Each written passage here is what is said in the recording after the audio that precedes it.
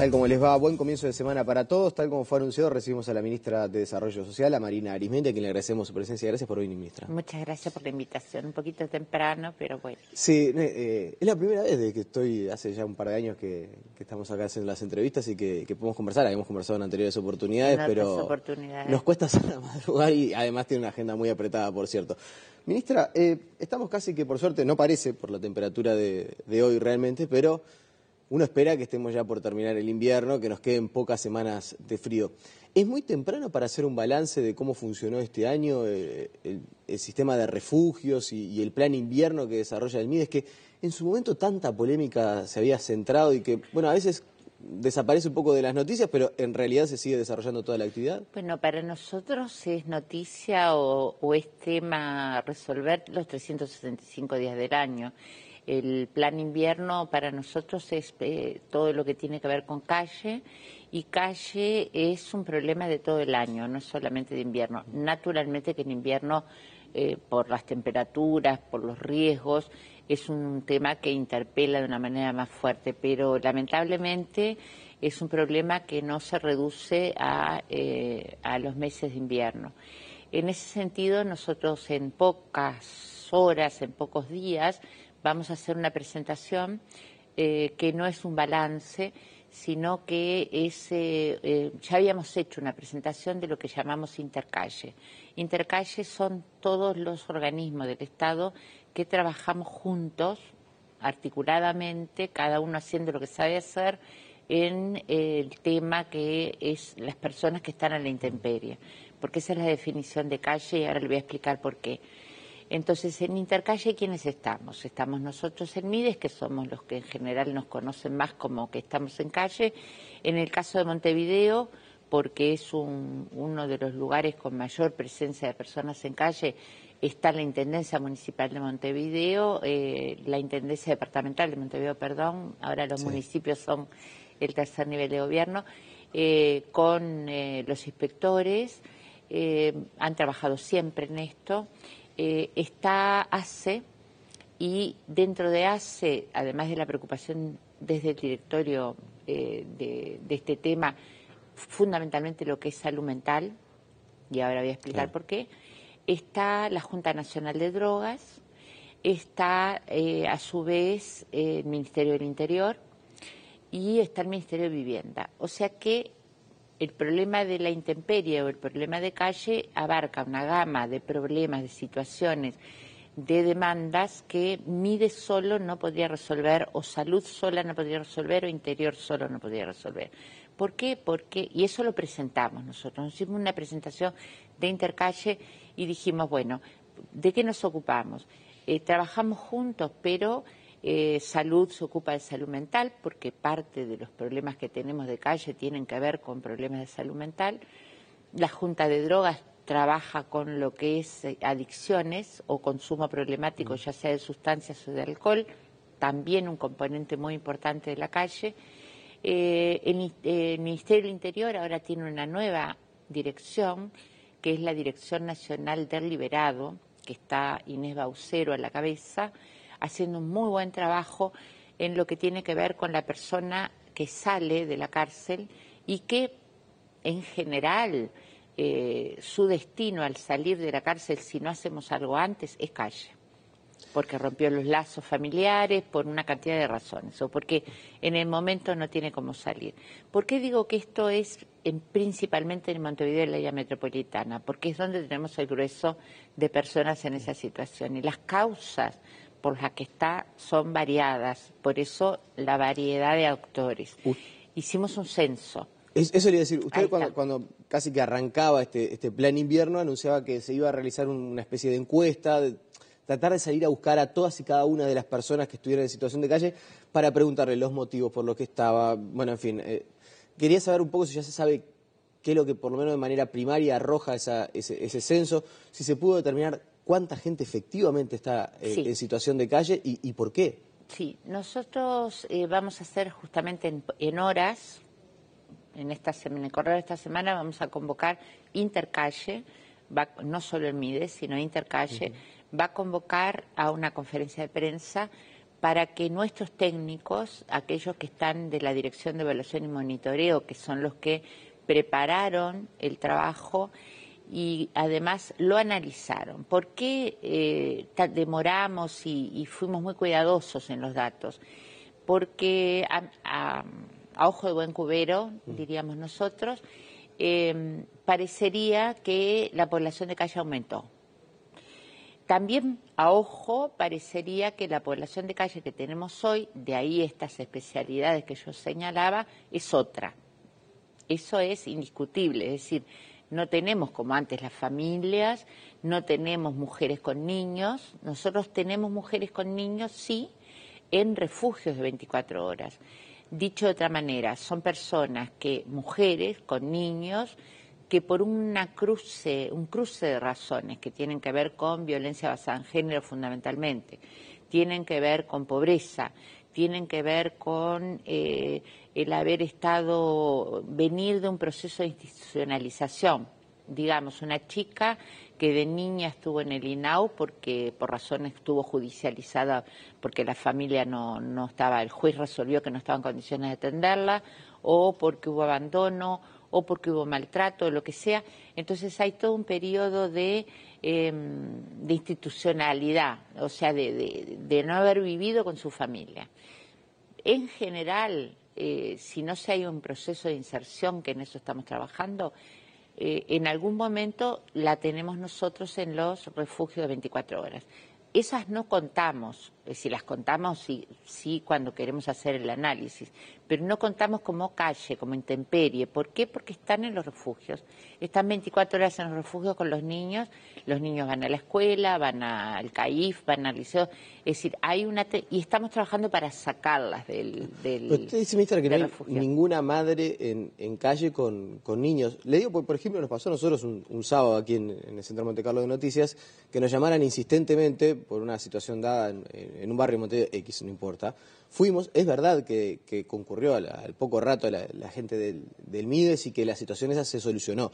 Pero sí nos decían los vecinos que era una situación repetida, que la mujer estaba Es verdad que también presentaba una patología que muchas veces es difícil armar un relato y bueno, y uno pensaba, en realidad la madre seguramente demande de atención, pero uno pensaba en la pequeña criatura que con 4 años, de los días de más frío que había aquí en Montevideo, y estaba a la intemperie. Después fue asistida, pero según los vecinos era una situación bastante recurrente, que esa madre con esos niños estuviera en la calle. Claro.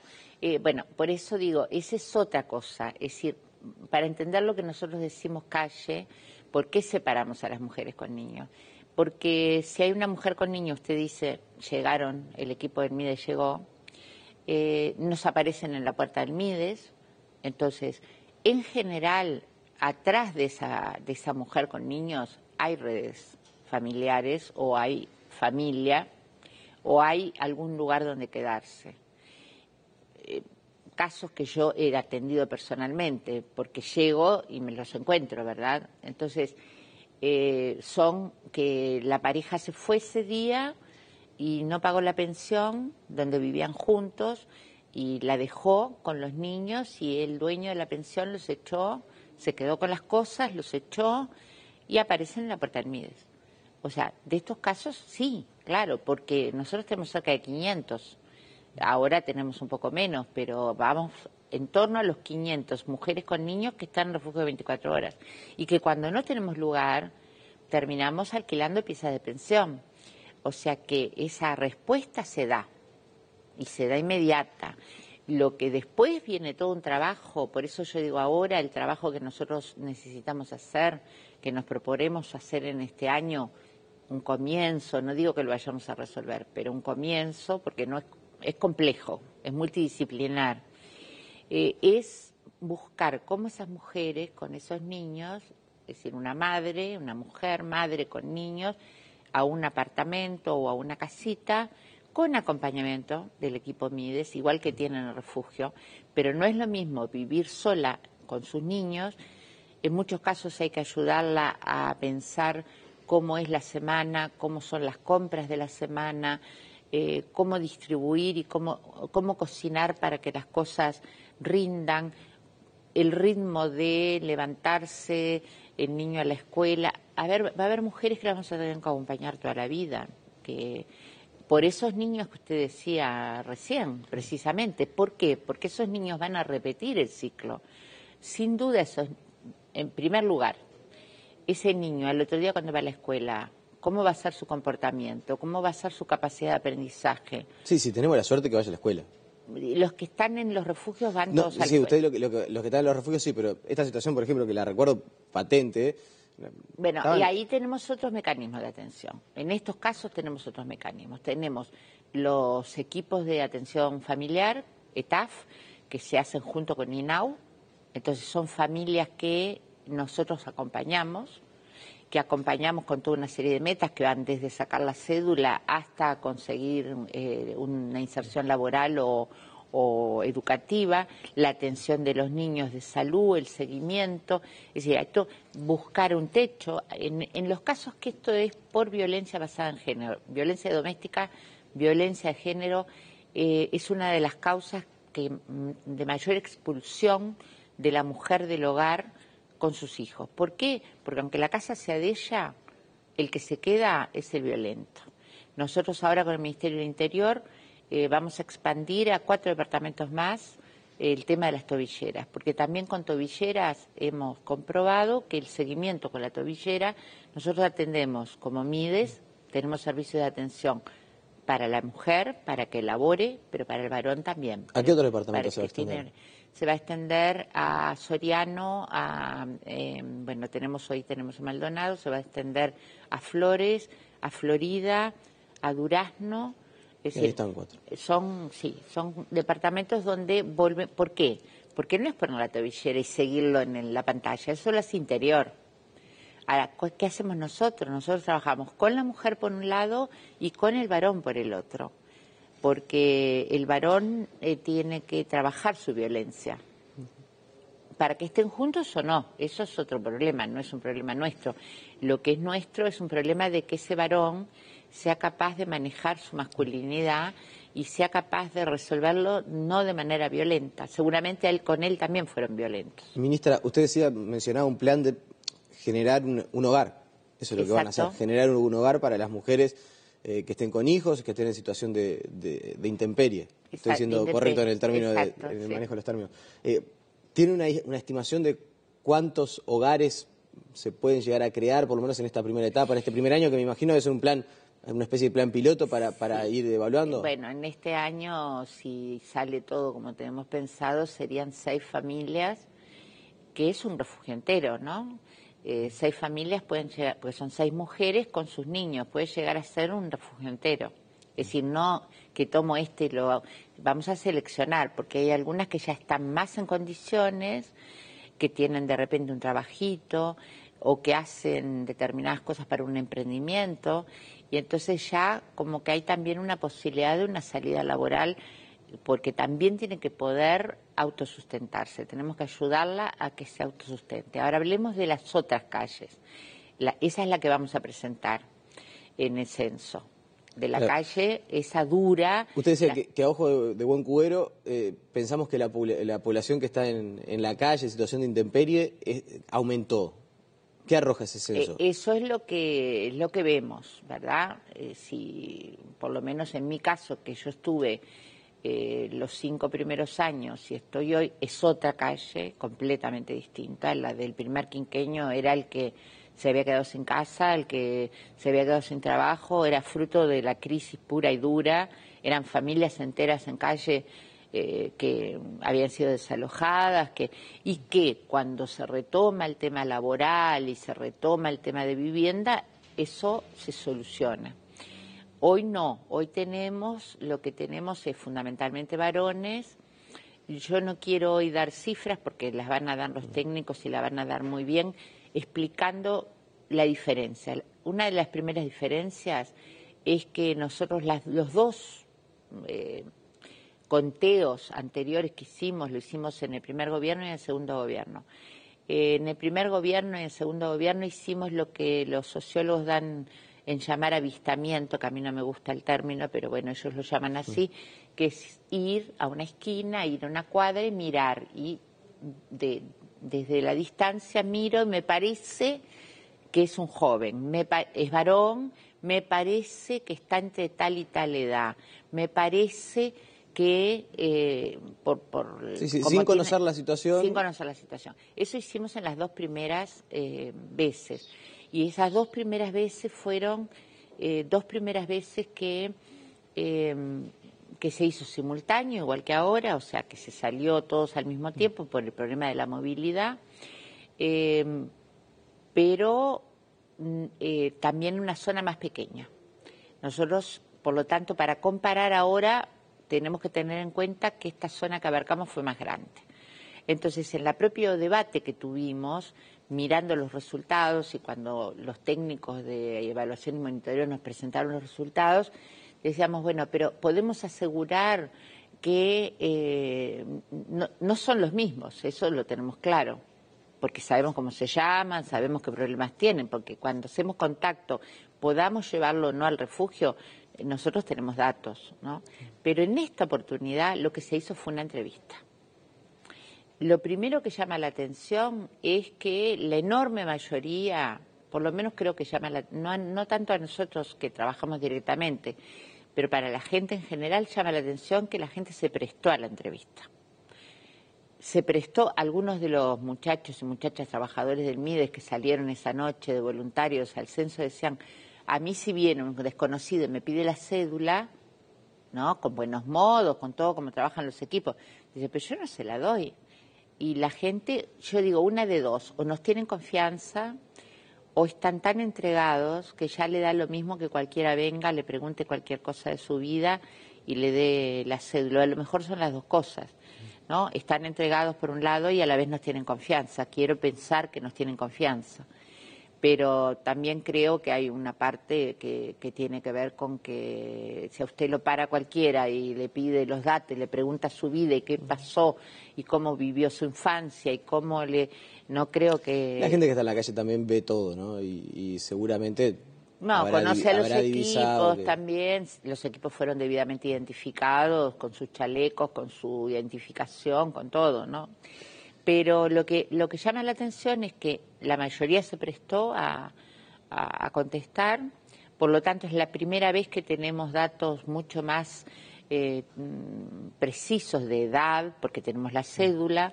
Nosotros la cédula, además, con el número de cédula cruzamos con los datos. Nosotros tenemos el Sistema Nacional Integrado de Información sobre la Asistencia Social, donde están los datos del BPS, están los datos nuestros, los de educación, los de qué tipo de prestación tiene o no tiene la gente. Y entonces es más fácil decir, bueno, yo pongo tal cédula que me dio la persona que estaba en calle su número, se prestó a darla, ¿verdad? Porque en los casos que no se prestaron, no se insistió. Y en algunos casos nosotros recomendamos, bueno, si ven que hay una situación de consumo problemático, con situación difícil de manejar, no se arrimen, ¿no? Vean de lejos, anoten, no fueran la mayoría, aún en los casos de consumo hubo respuesta. Y en cuanto a las causas, ¿qué es lo que argumenta esa gente? ¿Cuál es la principal razón por la que están a la intemperie o en situación de calle?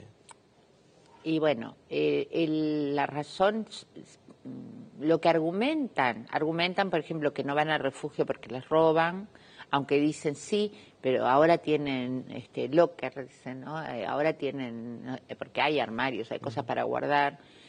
No voy porque no voy porque soy libre en la calle, también se contesta esto. Porque no quiero estar encerrado, porque no... Es decir, hay toda una serie de cosas por las cuales también es que nosotros decimos, acá hay temas que tienen que ver con salud mental, hay cuestiones que tienen que ver con los lazos familiares. La ruptura de lazos familiares es una cosa permanente, una constante, que aparece muy seriamente. En gente muy joven, ¿no?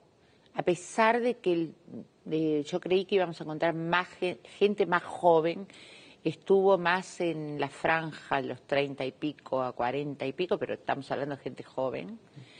En el primer gobierno, por ejemplo, lo que más encontrábamos era gente mayor de 50. Es decir, todas esas diferencias nosotros las queremos explicar bien. Y queremos explicar lo otro que decíamos, ¿no? Aquel que esto lo vivimos en los refugios. Nosotros tenemos personas en refugios, jóvenes, muchachos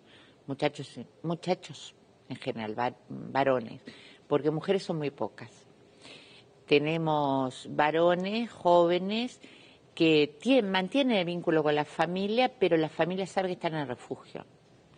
Y está contenta que estén en el refugio, por más que no sea una maravilla el refugio, es lo que podemos hacer, lo mejor que podemos hacer.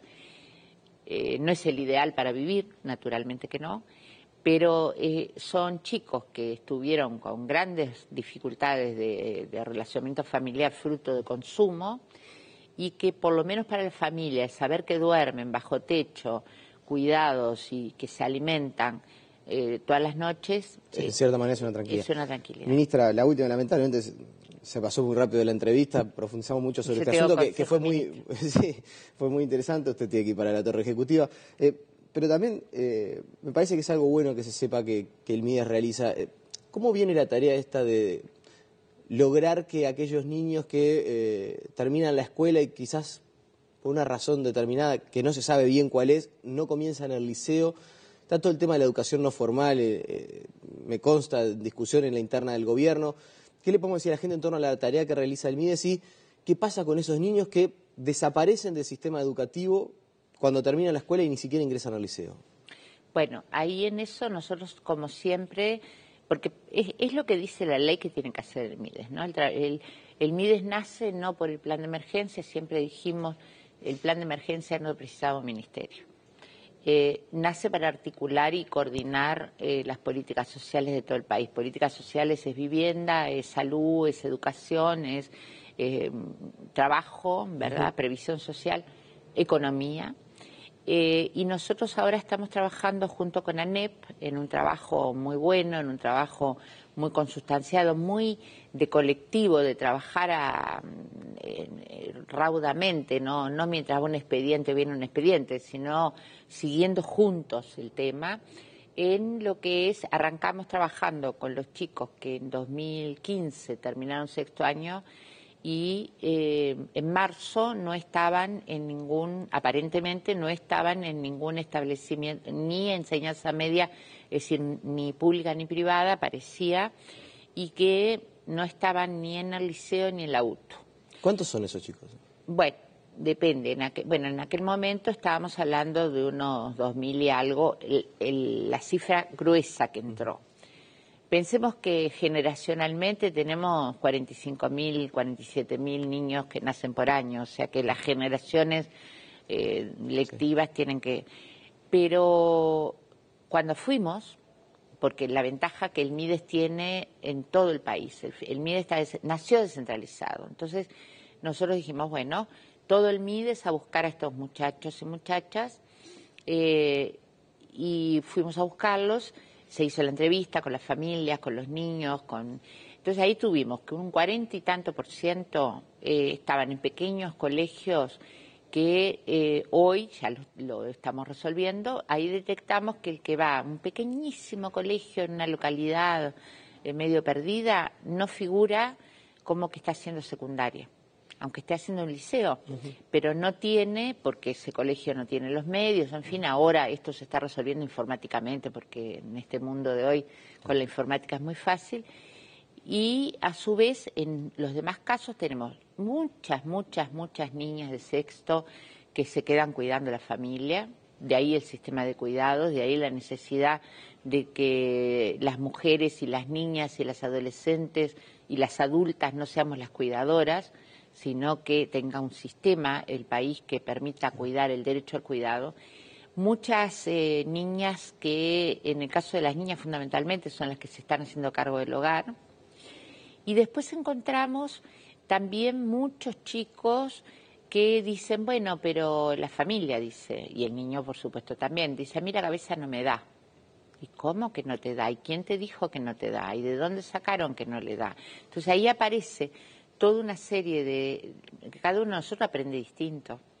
Y como aprende distinto, también tiene que abordar, y el sistema educativo abordarlo distinto, porque usted no es igual que yo, ni igual que otros que están trabajando aquí. Sí, el sistema tiene que dar respuesta. Todos aprendemos distinto, en la vida real, porque seguimos aprendiendo. Entonces, ese es un gran tema. Y el otro es, ahora estamos trabajando con aquellos que, aplicado un test por parte de primaria, en primero de escuela, los chiquitos de primero, ya tuvimos a mitad de año el resultado de que tienen o por inasistencias o por rendimiento o las dos cosas juntas dificultades.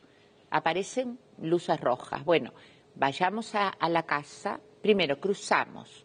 Si los datos que cruzamos nos da que tiene asignación familiar, plan de equidad, y cruzamos y nos da que tiene tarjeta de alimentación, quiere decir que la situación económica en la casa es muy seria, porque para acceder a esa poca plata que damos, porque todo el mundo cree que parece que damos no se sabe qué, pero para 800 pesos si es un niño solo, 1000 y pico si son varios, o la tarjeta de alimentación, quiere decir que ahí ya tenemos un factor socioeconómico en el hogar. Y después vamos a ver, y ahí aparecen otras cosas, aparece violencia, aparece todo esto. Pero también tenemos cosas lindas. Esta semana, nadie se enteró, pero abrimos el CAIF nuevo, construido nuevo, en Marconi. Nosotros hablamos con Jorge Ferrando en una entrevista que hicimos aquí, conversamos sobre la importancia que tenía ese CAIF en ese punto en particular, que a veces que es noticia por otras cuestiones, ¿no? Y eso es afirmar en los hechos, es prueba, no es palabras, no son palabras de los gobernantes, son prueba que el Estado no se va. Ministra, le agradecemos su presencia esta mañana y la volveremos a convocar algún otro madrugón, le haremos pegar. Cómo no, con mucho gusto. La pausa y seguimos con más noticias.